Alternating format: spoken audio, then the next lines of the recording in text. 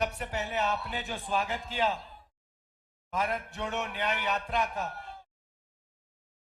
तो आपने झारखंड में पिछले 6 दिनों के लिए यात्रा का स्वागत किया। तो आप यात्रा में शामिल हुए, तो आपने यात्रा को ऊर्जा दी, प्यार दिया। इसके लिए मैं आप सबको दिल से धन्यवाद करना चाहता हूं। यात्रा में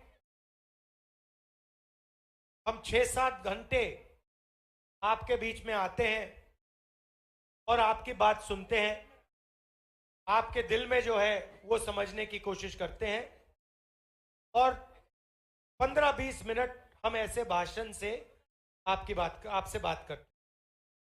मतलब आपकी मन की बात सुनने हम 7-8 घंटे लगाते हैं, अपनी मन की बात रखने के लिए हम 15 मिनट लेते हैं। तो आपके दिमाग में एक सवाल होगा कि भारत जोड़ो यात्रा की जरूरत क्यों पड़ी। तो सबसे पहले मैं आपको यह बताना चाहता हूं कि ये यात्रा हमने करी क्यों और 2 यात्रा क्यों की। एक कन्याकुमारी से कश्मीर और दूसरी मणिपुर से महाराष्ट्र।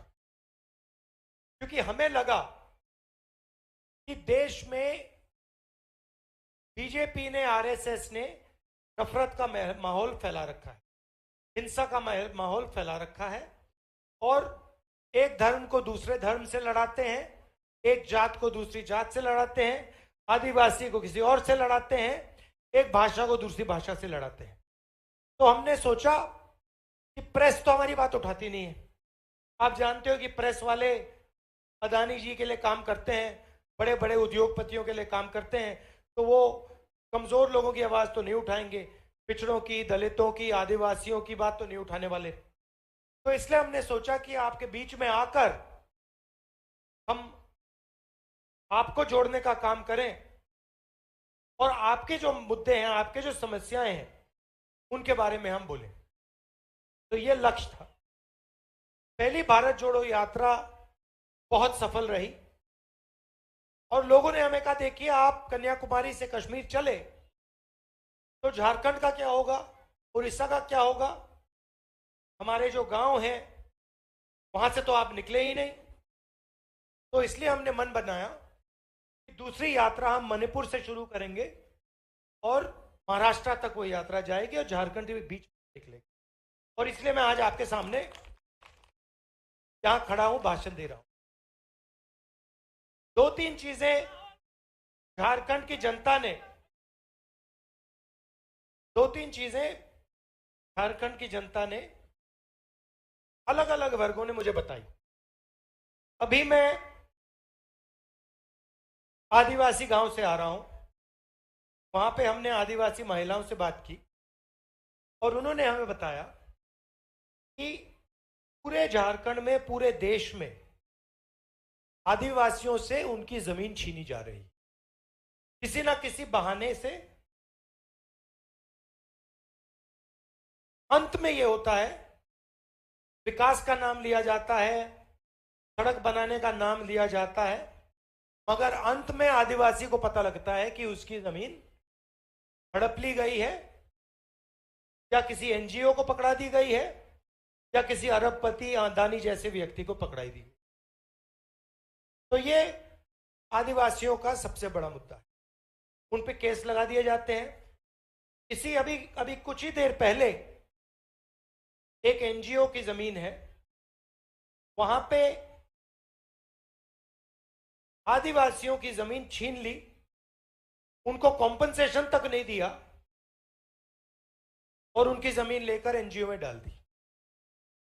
उन व्यक्तियों से मैं मिला, फिर अफसर से मिला। तो पहले अफसर मुझे कहते हैं, देखिए ये तो ग्राम सभा की जमीन थी। तो फिर उन्होंने मुझे कागज दिखाया, जो व्यक्ति की जमीन गई उसने कागज दिखाया। तो फिर मैंने अफसर से कहा, भैया ये आप बताओ, ये क्या कागज फर्जी हैं क्या, ये व्यक्ति झूठ बोल रहा है क्या? कहते हैं नहीं, झूठ तो नहीं बोल रहा है। तो फिर मैंने बोला, फिर ग्राम सभा की जमीन है नहीं, इसी की जमीन है। तो ये पूरे झारखंड में, पूरे जहां भी आदिवासी लोग हैं वहां पे ये हो रहा है। हम एक कानून लाए थे, पैसा कानून था। दो कानून है, एक पैसा कानून, एक जमीन अधिग्रहण कानून। जमीन अधिग्रहण कानून में साफ लिखा गया है कि ग्राम सभा से बिना पूछे जमीन नहीं ली जा सकती, और अगर जमीन ली जाएगी, भैया सारे मत लगाइए, अगर जमीन ली जाएगी तो मार्केट रेट से 4 गुना ज्यादा पैसा दिया जाए। और अगर, मजे की बात सुनिए, अगर जमीन ली गई और 5 साल में उस जमीन का प्रयोग नहीं किया गया तो वो जमीन वापस दी जाए।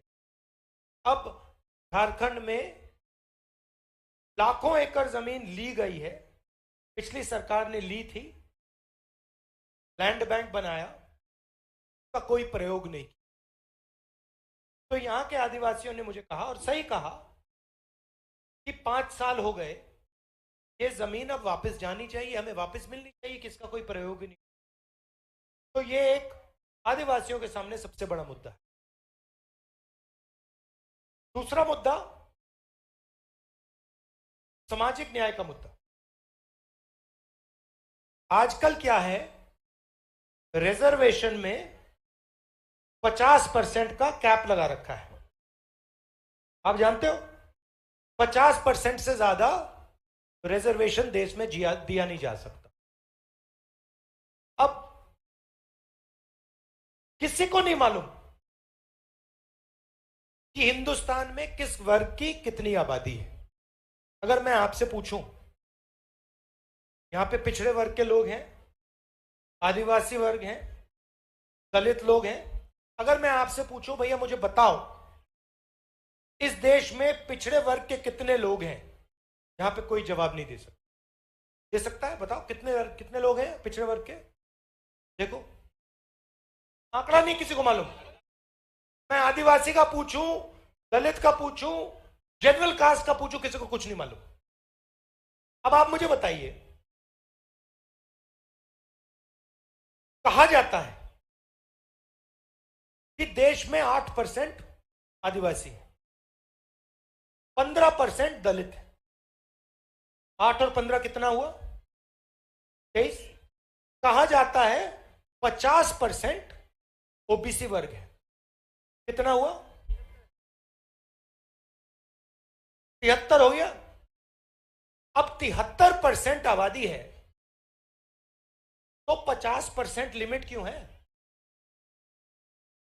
बात समझ आई? आबादी 75% की है। अब वो भी पक्का नहीं मालूम, हो सकता है 55% निकल आए ओबीसी का, हो सकता है आदिवासी ज्यादा हो, ये किसी को नहीं मालूम। तो सबसे पहला काम, अगर हम सामाजिक न्याय की बात करते हैं, तो यह पता लगाना है कौन से वर्ग के कितने लोग हैं और किसके पास कितना धन है। सही बात।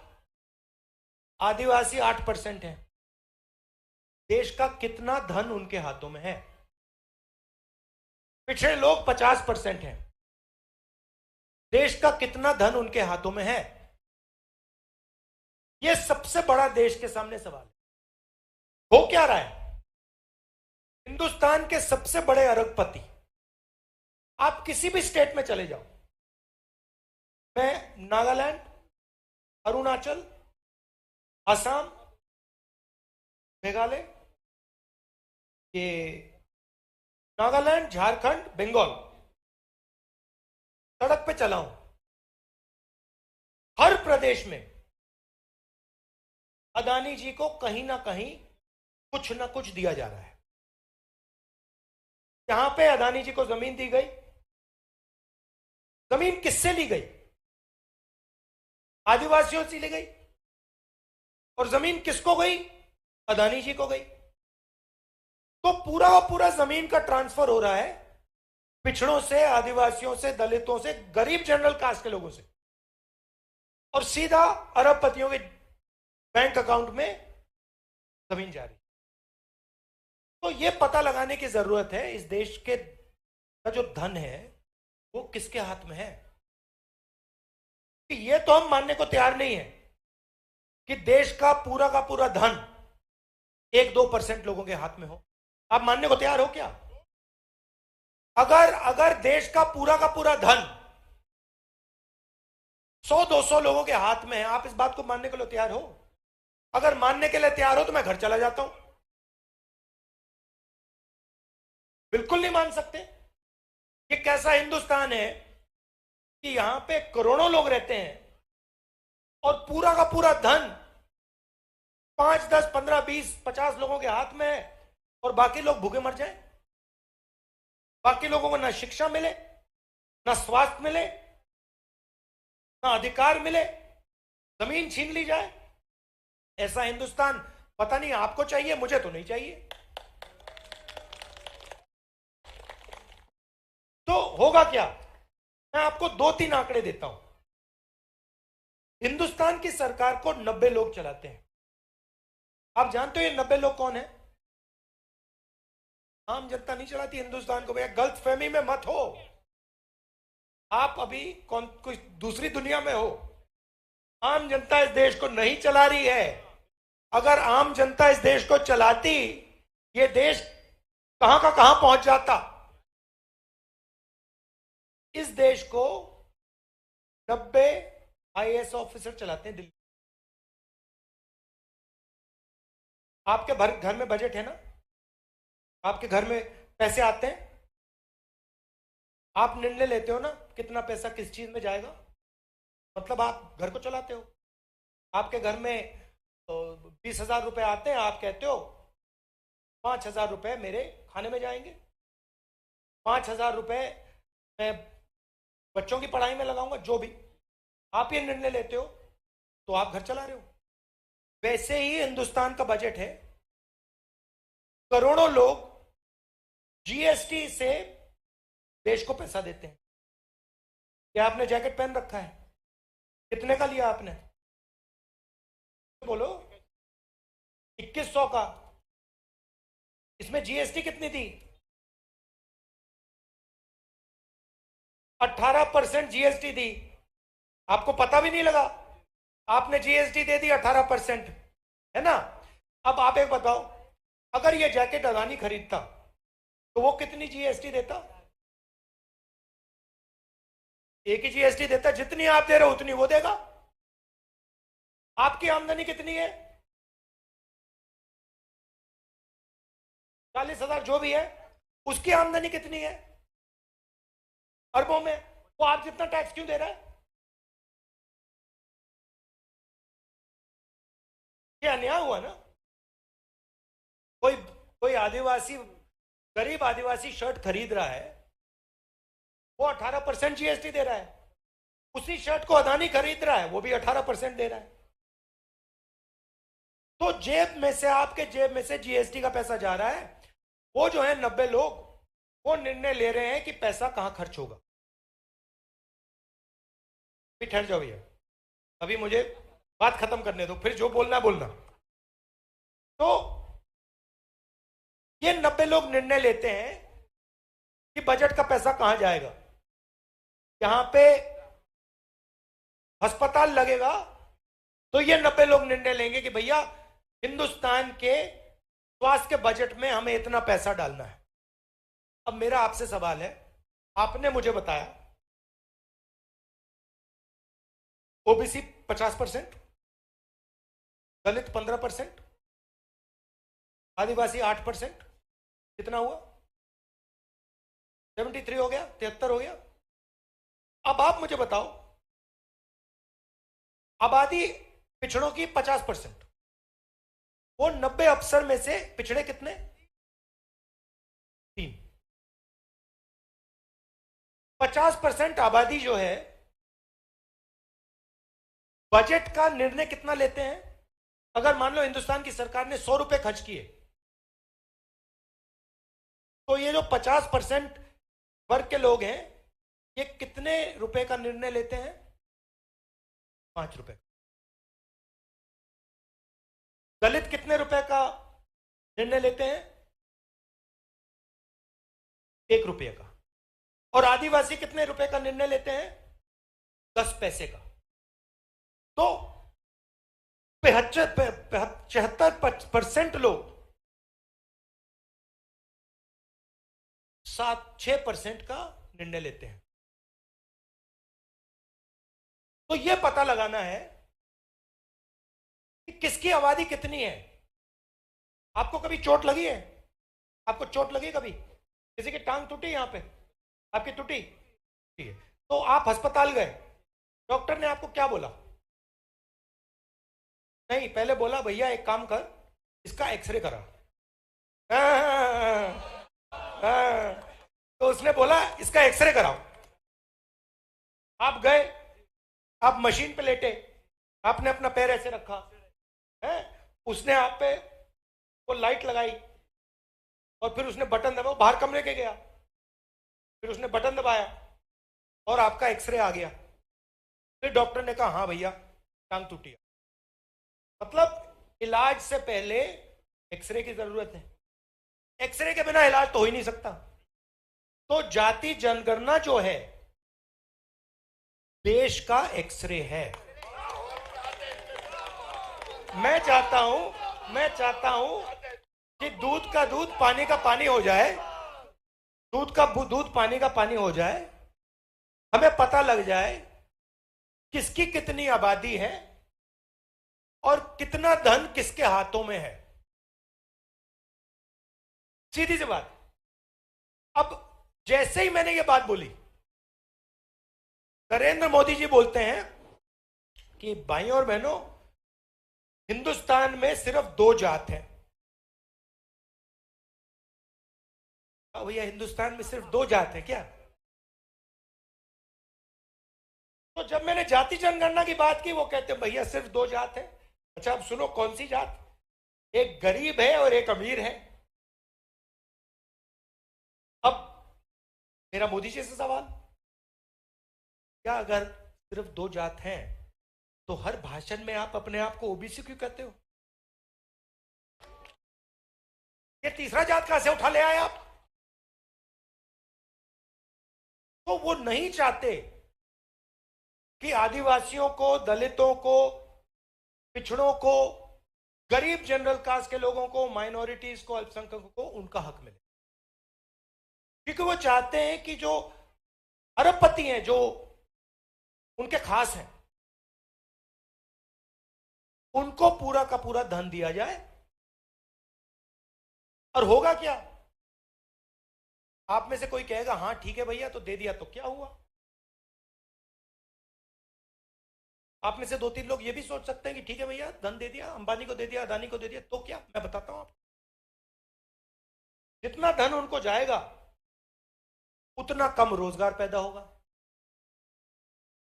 तो ये जो सब यहां ये सब युवा खड़े हैं ना,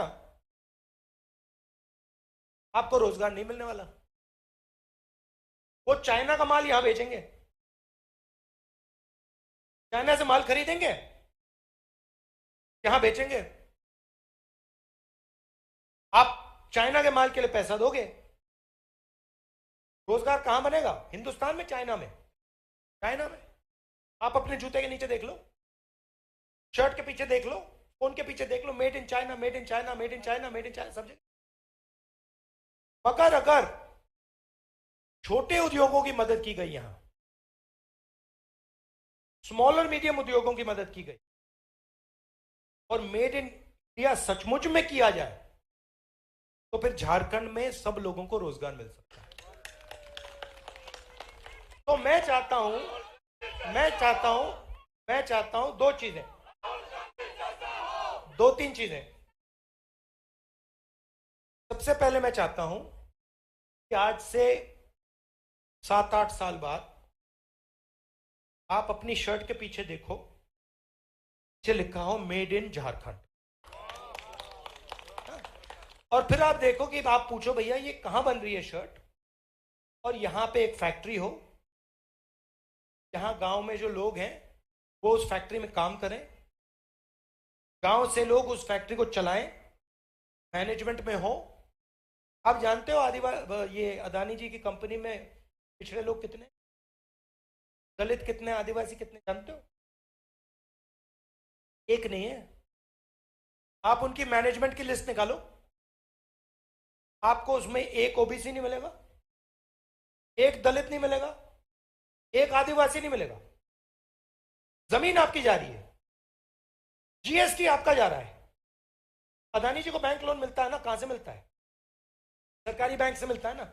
सरकारी बैंक का पैसा कहां से आता है? अपने जेब में देखो, यहां से आ रहा है, टैक्स से आ रहा है। तो आप टैक्स दे रहे हो, आप पैसा दे रहे हो, आप अदानी जी को अपनी जमीन दे रहे हो। उनकी कंपनी में आपका एक आदमी नहीं, उनकी कंपनी में उनके मित्र हैं, खास लोग हैं,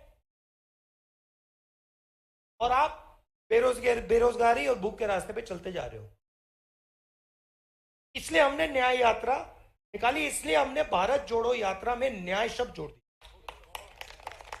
कि लोगों को पता होना चाहिए कि इस देश में किस प्रकार का अन्याय हो रहा है। सामाजिक अन्याय, आर्थिक अन्याय, महिलाओं के खिलाफ अन्याय, किसानों के खिलाफ अन्याय, श्रमिकों के खिलाफ अन्याय, 5 अन्याय हो रहे हैं।